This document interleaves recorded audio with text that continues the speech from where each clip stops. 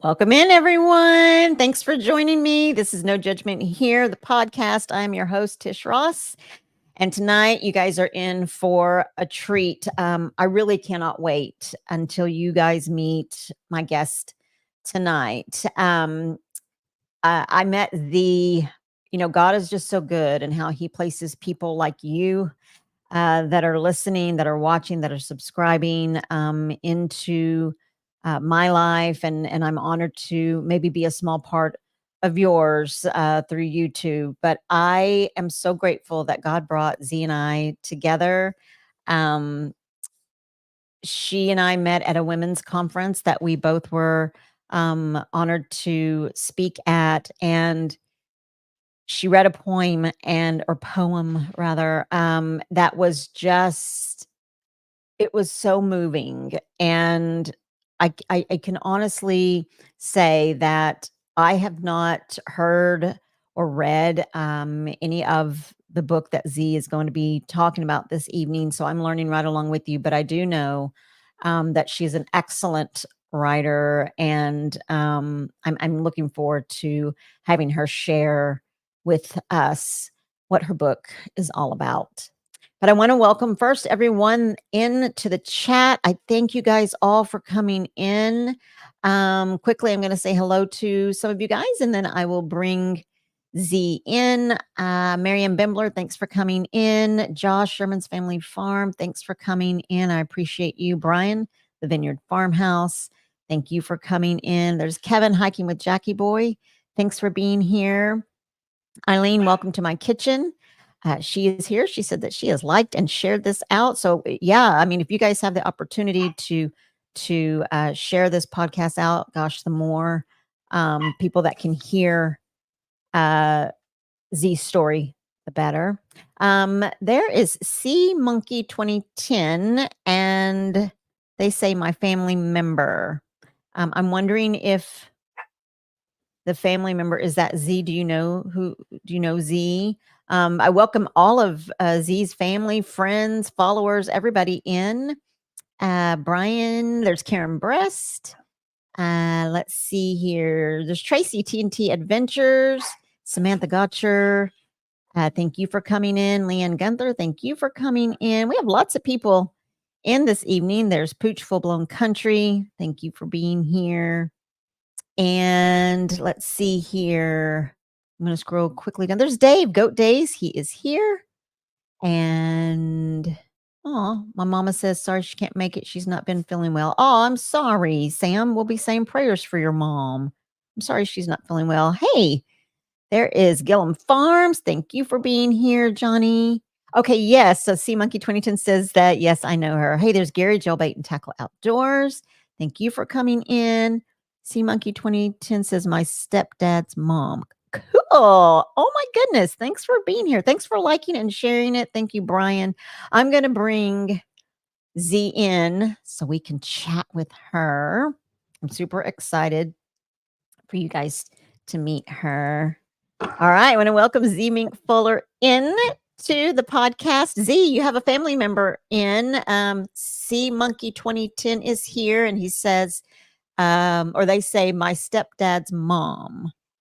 Okay. Hello. Isn't that awesome? Yeah. Well, Z, Uh-huh. thanks for coming in. I am so glad that you are here tonight. And I want us to go ahead and get started. I know we have a lot to talk about. But first, for those people that don't know you, tell us who you are, maybe a little bit about yourself, a little bit about your childhood, maybe what kind of child you were, and teenager, those kind of things. Well, like I told you before, my life has been quite fantastic. As far as the childhood goes, I was a child born in Appalachia, actually, in the mountains in a coal mining town where there was very little to be had during those years. And my father was a professional gambler. And he was a very successful professional gambler who owned casinos. And actually, he was kind of, I would guess you'd say, a mobster. So when I was born, I guess life changed. His dad sent him to Pennsylvania to school. At the time, air conditioning was coming about, and I guess that tells a little bit about my age. But he went to Pennsylvania, and every day going to school, he passed a church.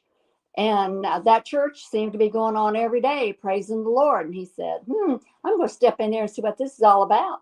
Well, he stepped in that church and his life changed forever, and so did ours. He was saved in a little church on a little street in Pittsburgh, Pennsylvania, came back to Kentucky, loaded his family up. We moved to Ohio. And in 1955, he gave everything up and became a pastor. So I'm a PK, preacher's kid. So I was brought up in the church and typical teenager preacher's kid.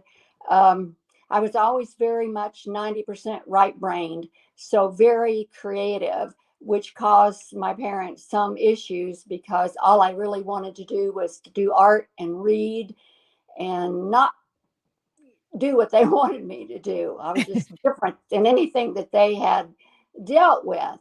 So a lot of my time in museums, I spent a lot of my time in libraries, and I started writing when I was about 9 years of age. So I've been writing most of my life. And as I went to college to make money, I became a teacher, an English teacher. That didn't really stick with me very well. So then I became an antique appraiser. And that's what I did until I retired. I wrote all these years, but to make a living, I was an antique appraiser. And at one point, I had an art barn, which combined antiques, writing, and my passion. And out of that barn, people came from all over the United States to buy from me and to sit in my prayer gardens. And out of that, I was able to, through God's mercy and grace, to send a lot of money to these children's missions. And several years ago, we downsized and moved from my farm. So I lost my barn and I lost my way to help these kids in the fashion that I wanted to do it, by missionary work myself, by speaking to people and talking to people, and not just sending a check. So during the pandemic, I prayed about this, and I had a blog talking about Solomon and wisdom and what was going on during the pandemic. And when I was through, I was a little bit sad. I didn't know what to do. That didn't earn me any money to be able to help these kids. So I had written a book about 18 years ago, and the Lord spoke to me and said, this is your vehicle. I'll help you do this. You get this out there and you do it the right way, and we'll make sure the kids get the help that they need. And that's how this book came about. Now, the origins of the book 18 years ago really was more like 40 years ago. My kids, because of, I've already told you, I was kind of a right-brained preacher's kid that did some things that probably embarrassed their parents greatly. I moved my kids 50 years ago to Texas, and that was very traumatic for them. They lost all their friends. They lost everybody they knew.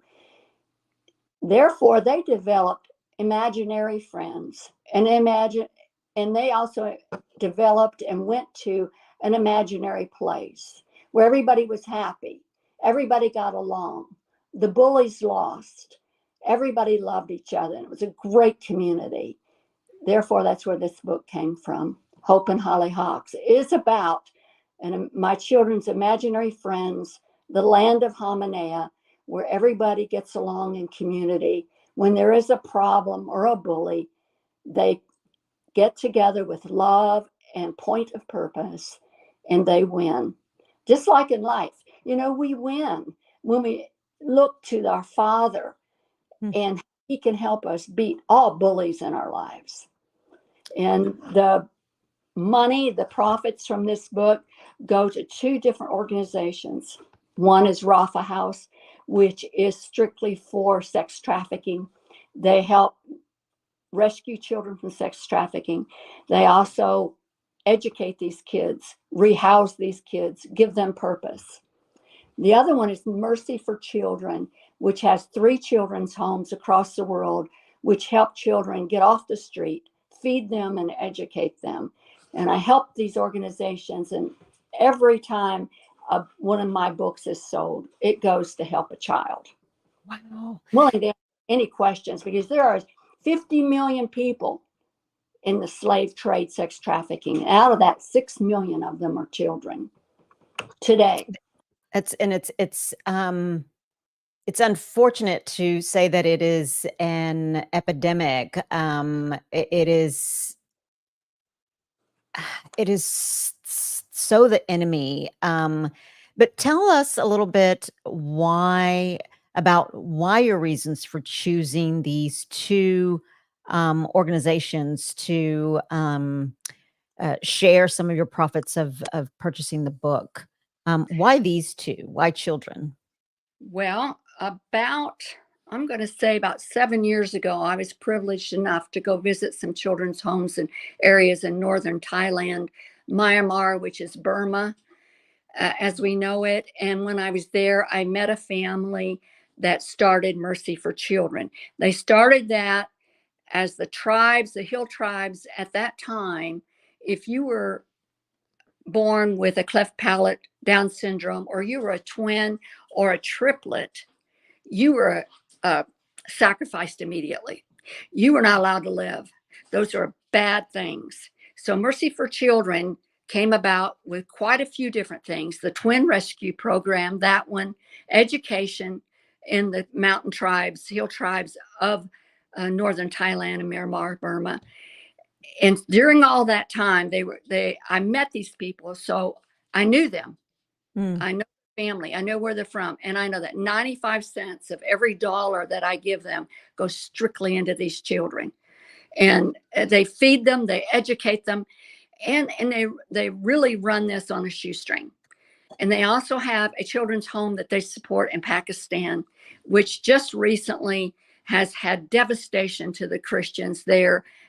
What we know is going on in Israel now had precluded in Pakistan first. So they are helping children's homes and children there. Now, Rafa House has been around 20 years this year. How I found out about them is the founder of Mercy for Children's wife is a sex rescue person herself, and Rafa has helped her. So that's how I know personally about Rafa and how I know about Mercy for Children. And these two organizations are very good, and they're very helpful, not only with rescuing, keeping children off the street, but with educating, rehousing, and just helping these children to live. My gosh, I think that is, it is such a, for lack of a better word, necessity.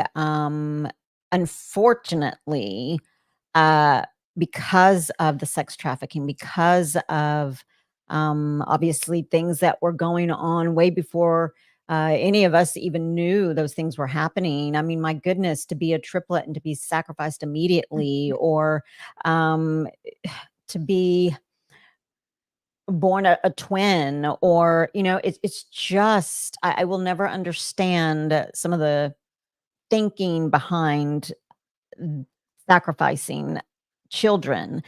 But the fact that you we need more of you, we need more people here in this world to do more to help fund these homes, to help keep these nonprofits or these homes open for children who have been sex trafficked, or maybe witnessed sacrifice, children that need a healthy, loving, godly, spiritual place to have a chance to grow and to be a productive citizen, an adult. And so I'm wondering why um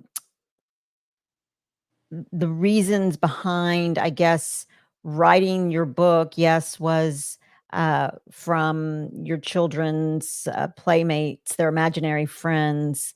But why the title? Why the title? Well, I think that most people in Texas, especially, have asked me, what's a hollyhock?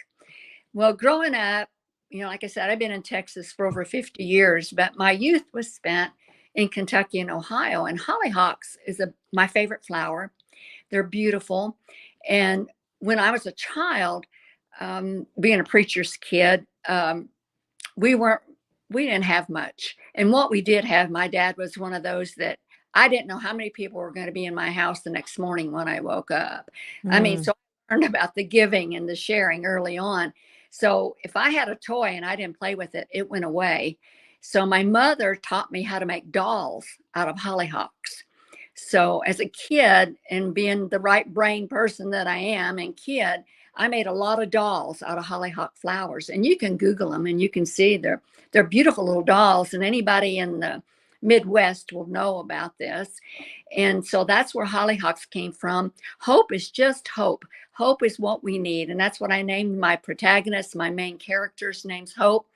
And I just decided that since I loved hollyhocks and hollyhocks were a happy memory flower for me, that my fairies lived in hollyhocks. So therefore, Hope is the princess of Hominea, this land, and they all live in hollyhocks. So My that's what goodness. I love that. And someone in the chat, Backroad Freedom, he says, I knew that flower from when I lived in Kansas. Oh, that's so amazing. My goodness. So you've written other books, and I see that. Thank you so much, Lazy Days Ahead. They have put the link. If you guys would check that link out, it's Hope and Hollyhocks. You can go to Amazon. There's a link to Amazon that you can purchase the book from. I also saw that you can purchase from oh my gosh, my brain has well, you can get it from Half Price Books, Half Price Books, yes. Barnes and Noble, Walmart. Even there's you can go strictly to the printer, which is called Mixam, Mixam, or you can go to my publisher, which is Radical Women Publishing, or me. I could get it for them if they can't find it somewhere else. Excellent. And so if you guys go to, you can go to Facebook and you can search for Zee. You can go to her Facebook page, but I'm sure that you guys will be able to find it either at Walmart, Half Price Books, Barnes and Noble, Amazon. I'm certain that you guys could probably find it there. But this is your first children's book that you've written. You had mentioned, and I noticed too when I was kind of looking through some of your background, that you've written other books. What other types of books have you written? Well, I have contributed to books. I'm going to have another book in the spring come out in more of an adult book, but I have contributed to lots of journals, lots of anthologies, lots of calendars, newspaper articles, magazines. Mainly I wrote for magazines, and short stories. I used to do a prison ministry, so I contributed to some short story books to those. So they weren't totally all my books, but I had a portion or a part of these books. Excellent. And so what did you do in the prison ministry? I'm interested to find out some of the missions that you've been on and the ministries that you've served in. Well, I met this lady who was a retired editor with the New York Times. And when she retired, she wanted to start a ministry. This is back, when the internet, before Facebook or any of this, but you could research people and things. And I ran across her, and she was looking for people to contribute to a book. And she decided to do a prison ministry, and it was called the Outside the Prison Cell series. And she wanted contributors to write to that. And it was funded by the Ford Foundation. So I had experience with a family member being incarcerated. So I wrote about that. And she happened to like what I wrote. Ford Foundation actually paid for me to go to New York to speak on this committee, which is a great honor. I did that. That's been quite a few years ago. But to have my work and my piece in her book and to speak in this huge crowd, really, I can tell you a really quick story. You never know how the Lord's going to operate. I'm in New York by myself, walking down the street, going to this big venue.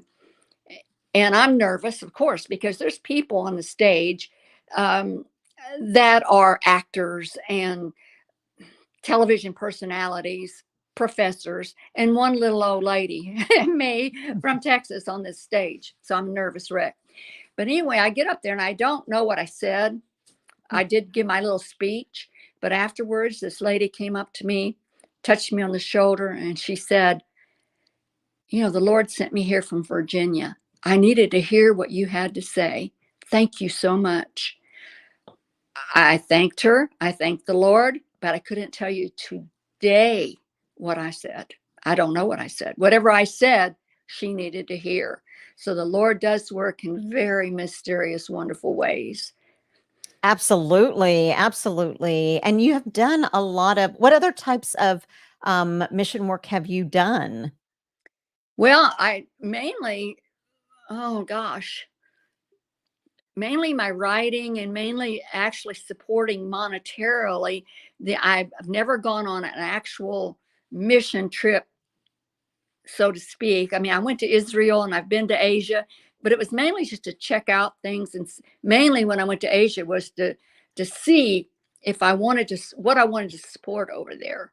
Because I guess at my age, by the time I got my act together, really, and that's another whole story, to be able to go off into a mission field, it's pretty near impossible for me, unless God opens that door and says, hey, at your age and your physical, I'm sitting here right now with ice packs and I just had a knee replacement. So if you can ever, if the Lord can fix me, yeah, fix me up and send me to the foreign fields, I'm ready to go. But as far as mission, it's just really supporting other missionaries, basically. Really support. I'm really big into support. And there's other missions I support also. There's probably 5 or 6 others that I try to support as much as I can. I speak when I can. I witness when I can. I guess that's my mission work, Tish, I is love that. to be able to speak it and to hope. I pray every day that if God sees fit to send me somebody, that anything I might say would help them, please send them to me. And I used to go kind of searching this out, and then I kind of made it about me. It's not about me. It's about whoever God needs me to say what they need to hear. We all pray, we Absolutely. have a relationship with our Lord Jesus Christ, but every now and then, like your things you put on Facebook, your messages, those touch me. I need to hear that from another human being sometimes. I know God's word, and I know I can pick it up and read it, and I do. But coming from the heart and soul of a flesh and blood person who's been there, done there, been in the trenches, it means a lot to me. And whatever I've been through, I tell the Lord, oh gosh, I really didn't want to go there. I didn't really want to have to do that. But if I did, don't let me hide this light. Let me tell you, let me tell whoever, whoever needs to hear it. Hey, I can identify with you with that. Absolutely. I know about abuse. I know about homelessness. I know about children. I know about these things. I've experienced these things. Let me tell you, I survived it. God let me survive it for a purpose. I've had so many people tell me, I don't have a purpose. Well, just ask and you shall receive your purpose. It may not be what you had in mind, but you're going to get a purpose. Absolutely. Absolutely, Z. And so, I have a lot of people that listen. They'll listen today or listen tomorrow or whenever they listen, whether they watch and listen on YouTube or they find me on a podcast where they're just listening. But share with us, and some of the people that have come forward and shared some of their stories with me is through recovery, redemption, healing. And can you share a little bit? Someone just said that they love listening to you.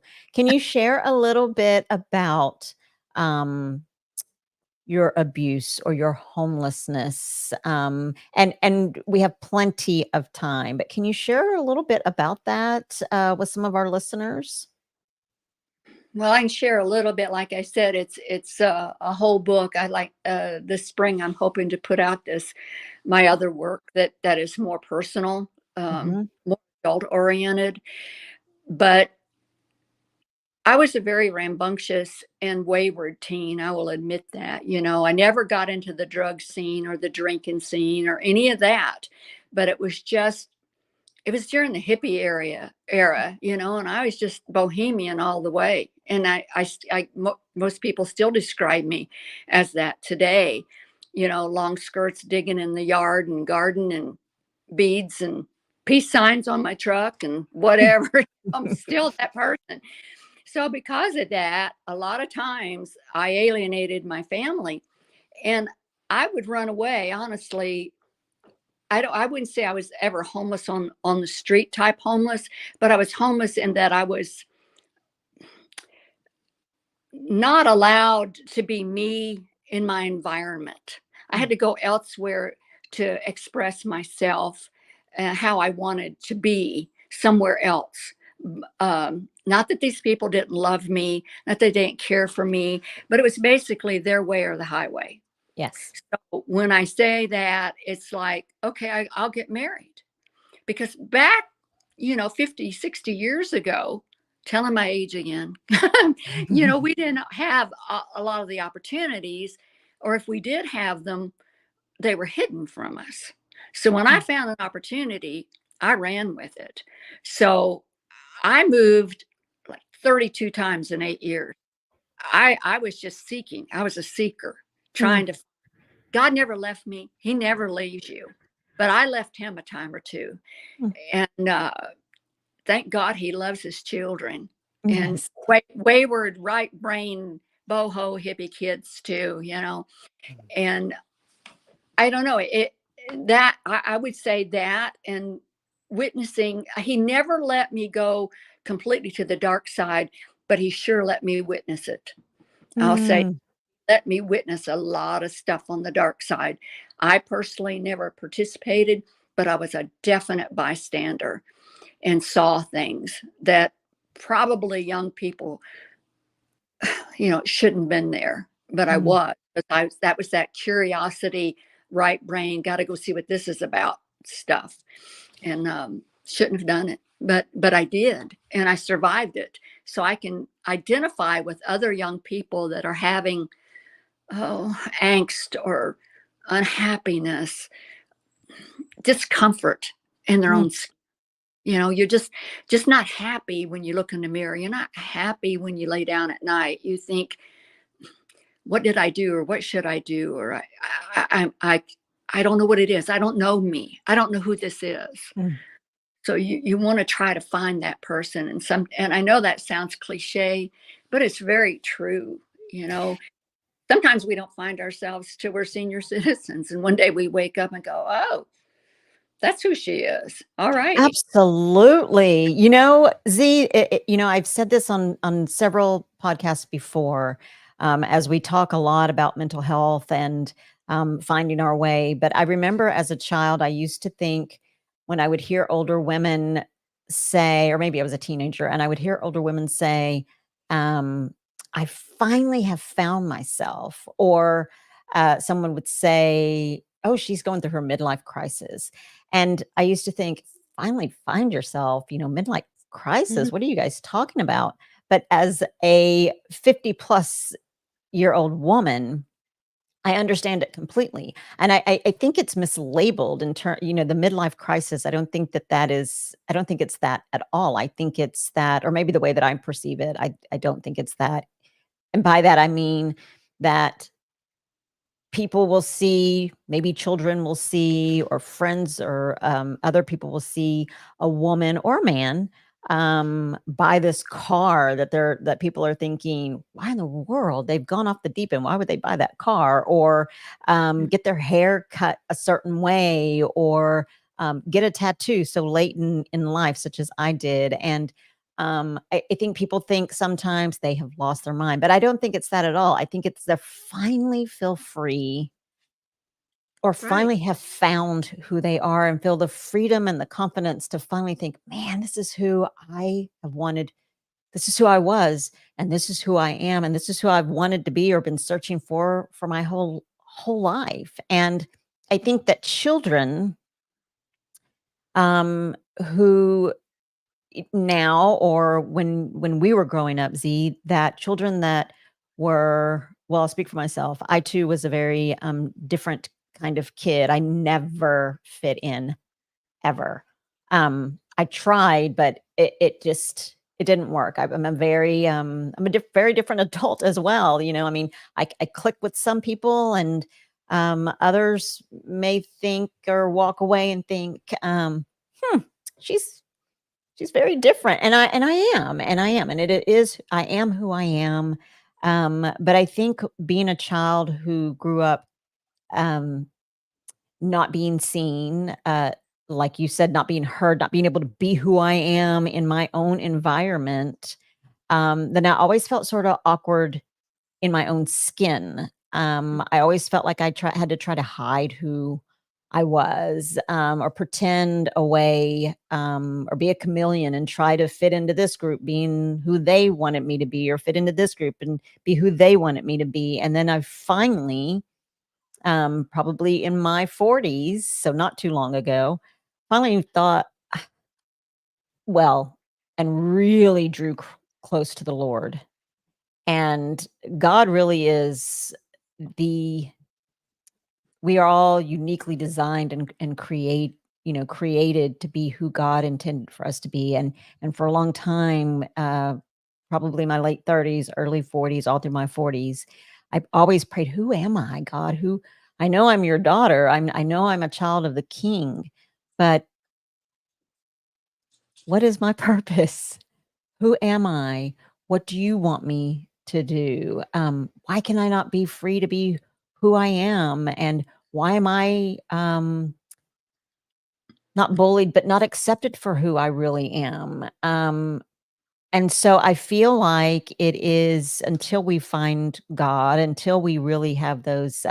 For me, it was a come to Jesus conversation with the Lord, and finally realized who I really am. This is who I am. I am a daughter of the King. I love the Lord. I love people. I love meeting people. I love hearing people's stories, the reasons why behind what people do, what they do, their purpose, their journeys, their struggles, um, their roads to redemption, their we fall down, we get back up, and like you said, God never leaves us nor forsakes us. And I am grateful. I understand now very much, um, when the scripture, and maybe the reference. Right now, my brain is sort of fried from work, but um, that to consider it pure joy, my brothers and sisters, in the tribulation and in the turmoil. So now I know when there's a test or there's turmoil or trial or seasons that are really difficult, I can honestly say now, um, that I do consider it pure joy. There's something around the corner, and the Lord is closer than ever, and He's teaching me something. I'm learning something, and wow, I can't wait. And so I wonder, um, what was your relationship like with the Lord when you were younger, when you were not allowed to be, and I have to say that I'm probably speaking for the majority of the population when I say that as teenagers, we are all still trying to figure out who we are. You're in the middle of or the midst of being a child and considered an adult when you're 18, but not really, you're not. But and you or I too walked away from the Lord. The Lord never walked away from me, but I too walked away and thought, I'm going to see what it's like on this side. I'm going to see what it's like, coming over here, because I was raised in a religion where you had to be perfect to receive communion. You couldn't be divorced. You couldn't be this. You couldn't do that, and then otherwise you could not receive communion and those kind of things. So I thought, I can't be perfect. So I'm going to try these things. Um, what kind of relationship did you have as a youngster with the Lord, and what is your relationship with Him now? Mm, well, I was always curious. So as a reader, so I not only read the Bible, I read John Calvin, Spurgeon. I picked up all of these guys that interpreted the scriptures better than I ever could, and I've got to say, my father was one of the most brilliant men I have ever met in my life. I could ask him any question and he'd answer it, but I was a defiant person. So I asked him a lot of questions, hoping maybe I could trip him up. So I did a lot of studying to see if I could trip him up. And I never able really seriously, I was never able to trip him up, which ended up making me angry. But my relationship, like I said, with the Lord back then was more educational, I guess you could say. It was I believed and I prayed and didn't actually, I want to say maybe I wasn't as a personal relationship as it is today. And maybe you've got to go through all these tests to have a testimony. I don't know, but the Lord sure did. When I'd ask questions, he'd say, I'm going to show you. Like in writing, they tell you, show me, don't tell me. So he would show me, all these paths and different things I had to learn along the way because I'm stubborn and I'm still stubborn. I'm still a stubborn, same person. But before I grab a book, I grab the Bible and I fall on my knees. I have learned that that's where my answers are going to come from. Now I can study, and if I showed you right now, I'm in my office, all the books and the commentaries I have, let alone the computer. I mean, when I was young, we didn't have computers, so we had books. So I think my relationship growing up and as a teenager was always more one of reverence. Mm. And not so much as a loving friend relationship. That came through a lot of trials and tribulations. And as far as joy, that's my tagline always. I sign off with always grab joy, enjoy, and share joy. It doesn't matter what you're going through. God's going to give you some joy that day.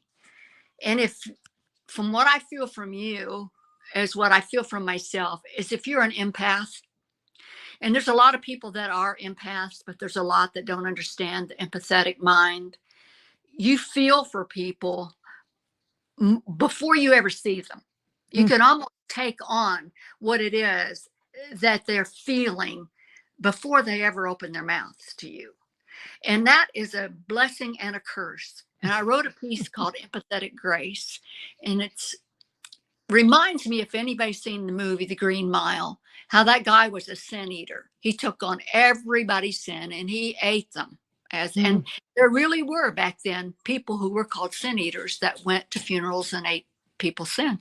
And when he died, all those sins came out of his mouth. And sometimes I would feel that that's what I was, because I could be standing in the grocery store anywhere and somebody tapped me on the shoulder and they'd say, hey, my husband left me yesterday, but he beat me first. I don't know this person.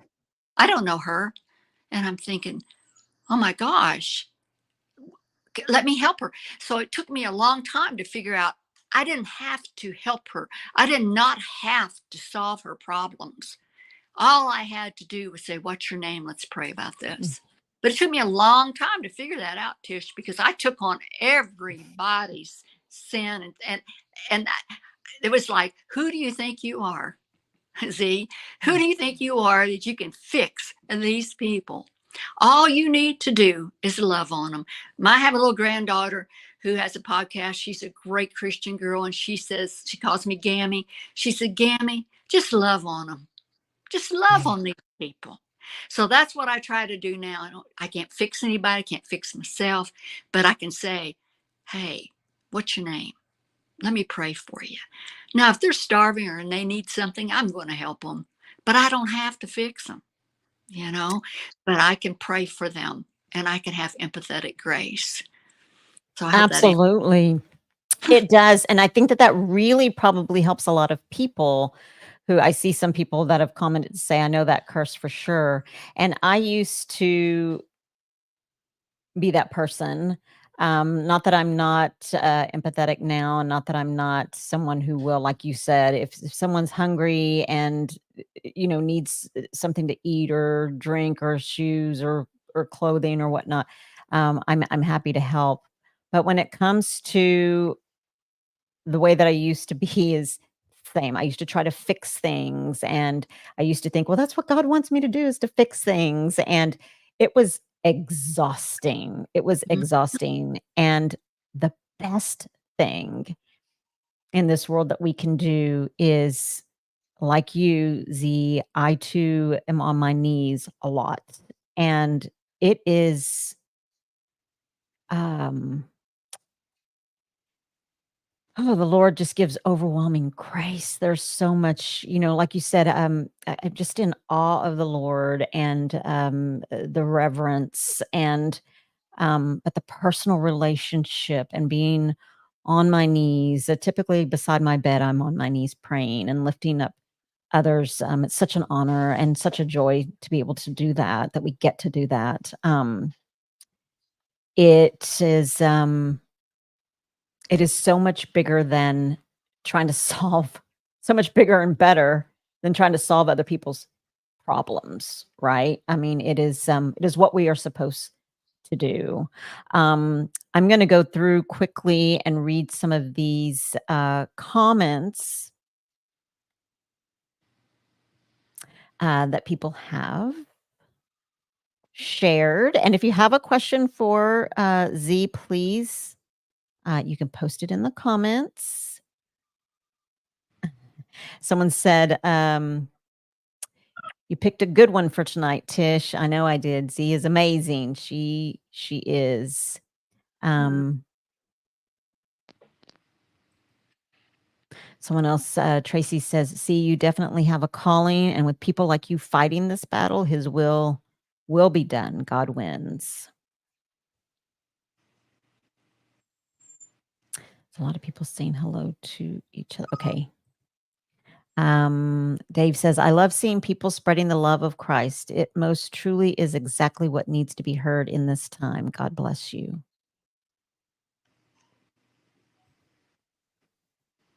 Full-blown Country says, to you, the amazing woman doing God's work.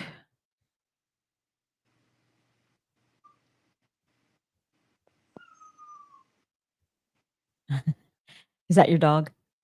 That is my dog wanting in. Probably annoying everybody. She's annoying me right now. No, not at all. She's I not put annoying. a sign outside. I told her to stay out, but she's not listening to me.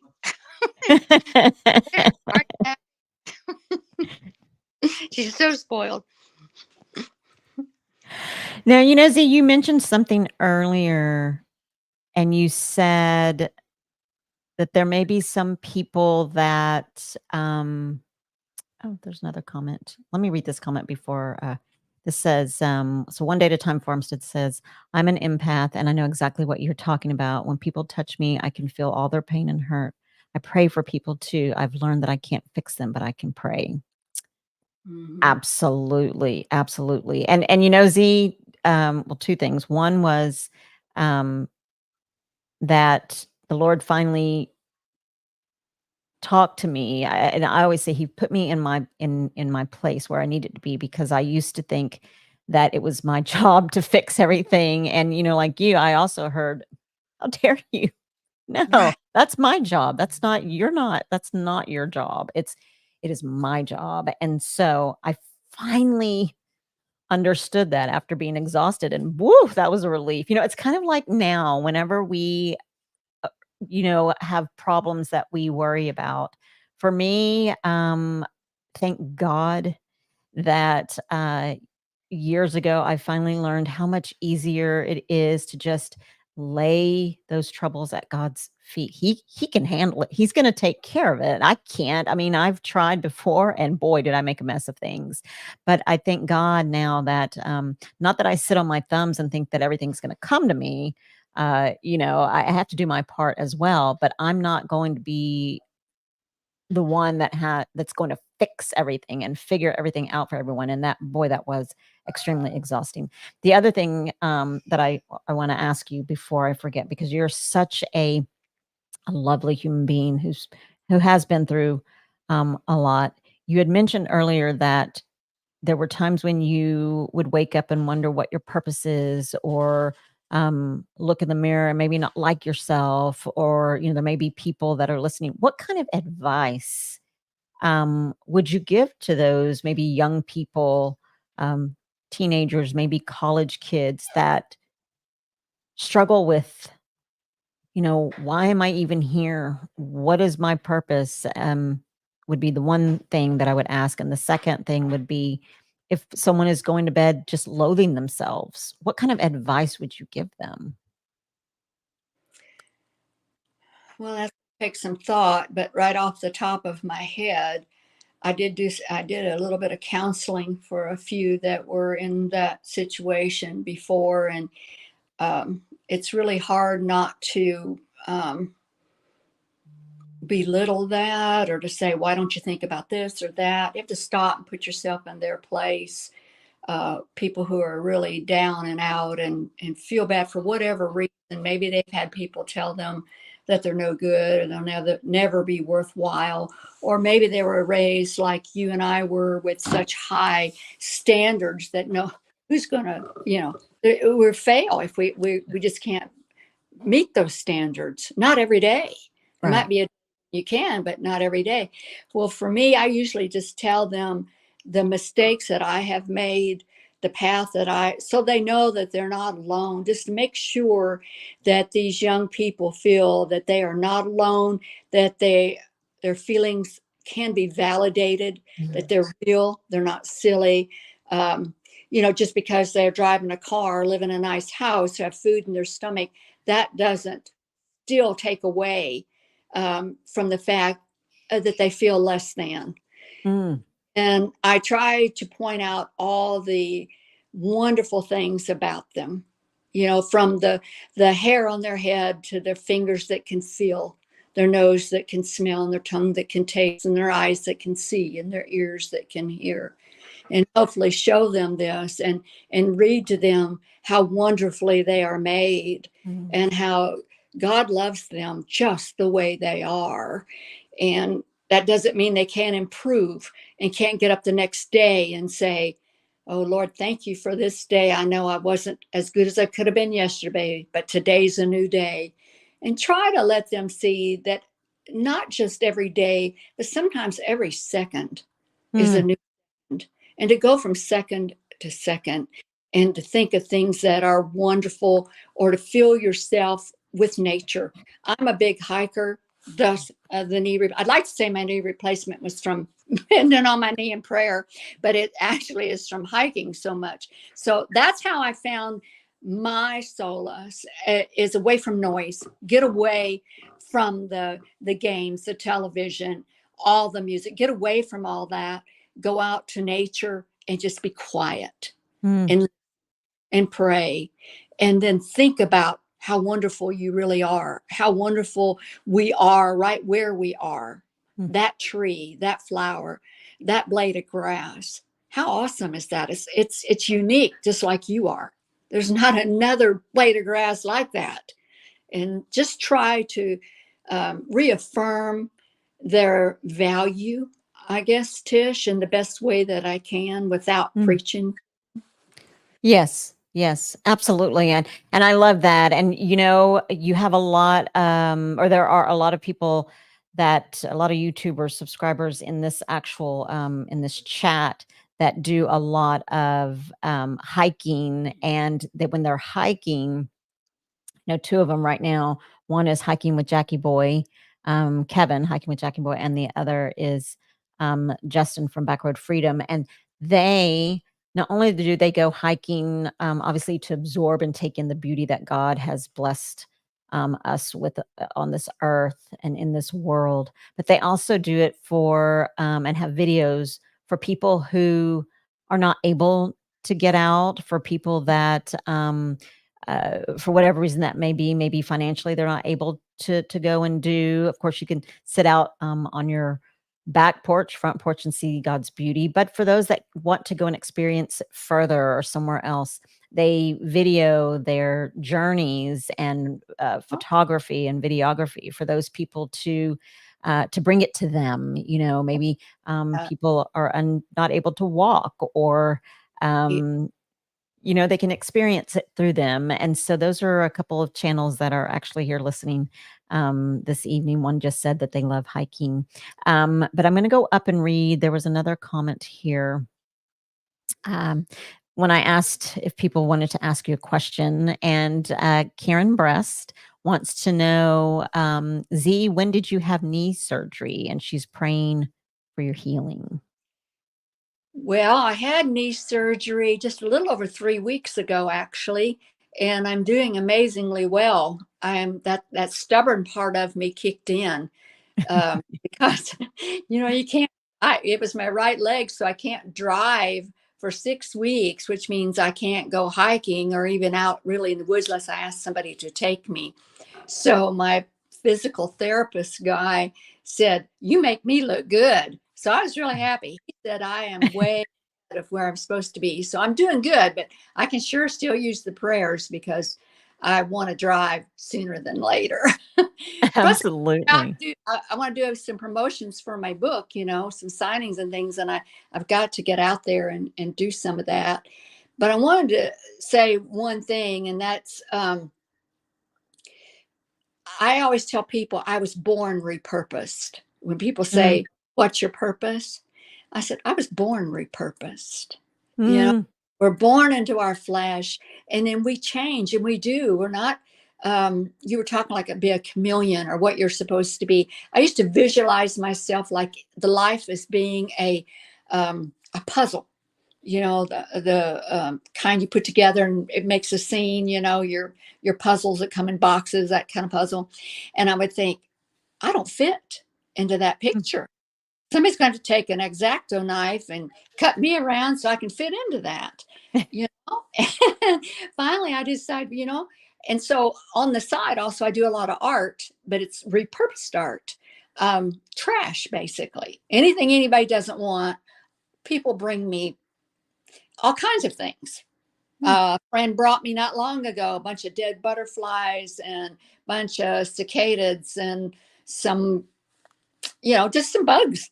And I'll use those in my art, and pieces of wood or scrap metal or whatever. And I make these characters out of things that nobody wants. And maybe the psychological thing for me, that I feel that God has repurposed me into a different purpose sometimes, maybe to be a different purpose tomorrow.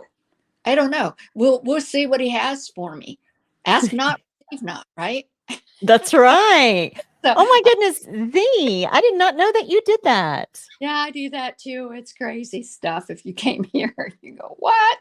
But I love it. Therapy too, And so like today I've done some things because I can't get down in the dirt with this knee and I can't go anywhere. So I went to my studio and drug out a bunch of old stuff and put it together.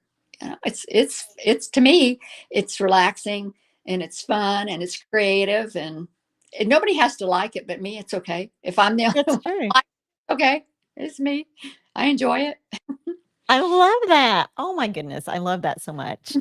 Okay, let's see. There's another comment that says, from One Day at a Time Farmstead says, when I know I am down mentally and or physically, I keep my distance from people because I know I may not be spiritually strong enough to battle their demons, but I know that God can, but I can't. Mm-hmm. Yeah. Yeah, I understand that. Mm-hmm. I mean, I have been known to walk down the street and cross the street because I feel the negative coming towards me, and I can't. It's not healthy.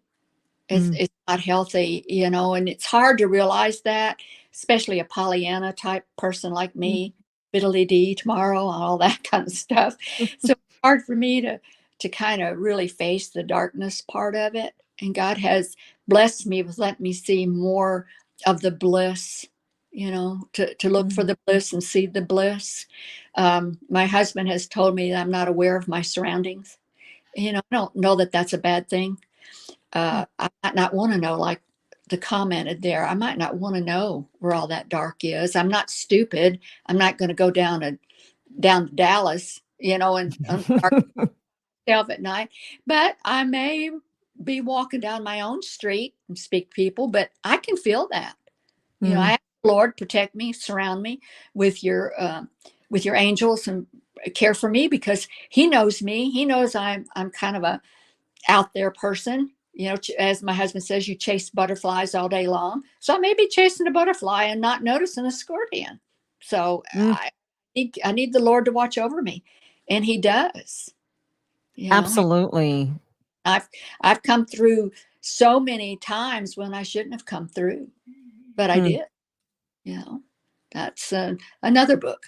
But anyway, it's I'm glad people are enjoying this. I'm glad that they feel connected. absolutely. That makes me very. Yes. And there's another comment here. It says, I hurt so deeply for the lost. I pray for them and beg God to draw near to them and change their hearts.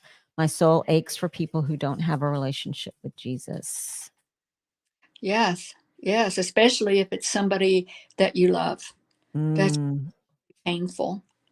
Especially painful, and that's where faith, and sometimes those working out those faith muscles is harder than going to any gym and lifting any amount of weight you can do, is trying to exercise those faith muscles. And mm, that's when you just pray. It says just unceasingly pray, and just keep a prayer on your lips. And I have those that I love dearly that, that are lost. And mm. because we don't understand it doesn't mean we ever give up, and we just pray That's for right.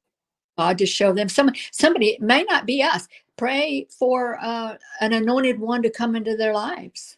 Mm, Somebody anointed, somebody that they will listen to. That God sends their way, and God doesn't need anybody to do His job, but sometimes He uses people to His own benefit, His own glory. Hallelujah! Right? absolutely. Absolutely. Well, tell us a little bit before we hop off. It's almost 8 o'clock, but tell us a little bit about sorry, something was crawling.